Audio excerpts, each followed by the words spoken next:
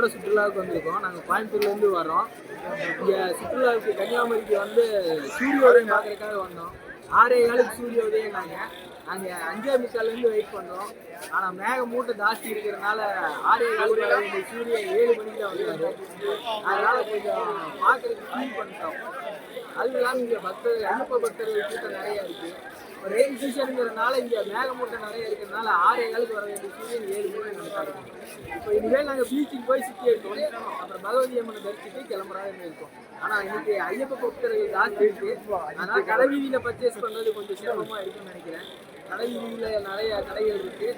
இனிமேல் தான் நாங்கள் போய் பர்ச்சேஸ் பண்ணோம். அப்படியே காந்தி மண்டபம், அப்புறம் பக்கத்தில் இருக்கிற ஏதோ புதுசாக பெருமாள் கோயில் ஏதோ திறந்துருக்குன்னு சொன்னாங்க.